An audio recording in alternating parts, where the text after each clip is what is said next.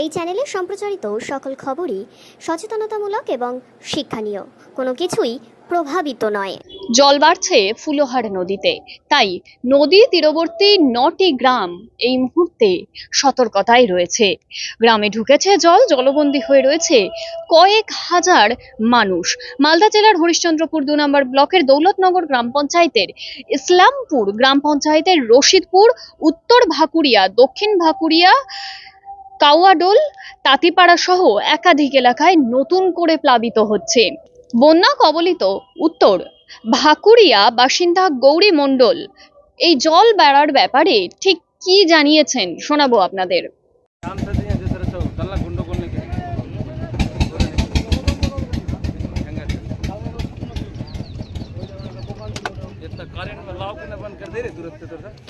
देखा मिला आगे सिंगल सिंगल बाड़ीগুলো যে এক বাড়িতে হলো চারজন আর কেউ হয়তো এটা দেখে শুনে আস্তে আস্তে দিতে এটা এই ছিল বাড়ি ওখানে এই ছিল কাটাই ওদি খিচে রাখো। আরে ধরে রাখ, তুমি বসো না, কিছু হবে না। আগো সাধু বাবা মন্দিরে না একটু দাঁড়াও যেও না। দেখ দেখ দেখ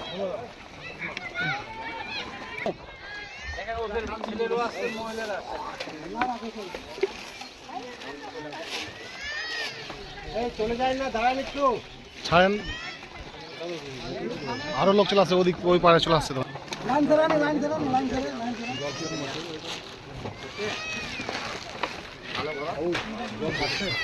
খুব বড় রাখবেন।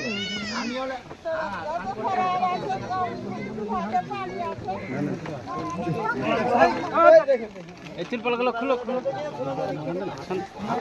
তিরপল খুল। চুলাতে যে পানি আছে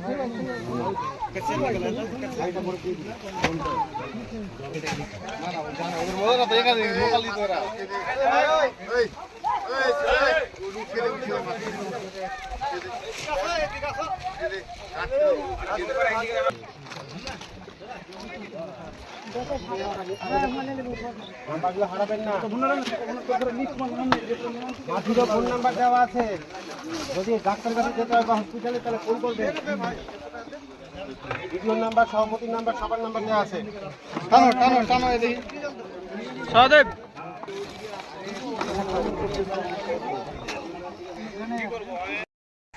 এক বাড়িতে হলো চারজন আর কেউ হয়তো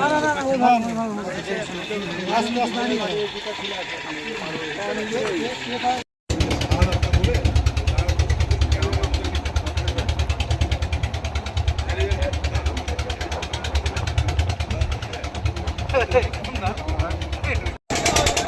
তার খারাপ আছে স্যার।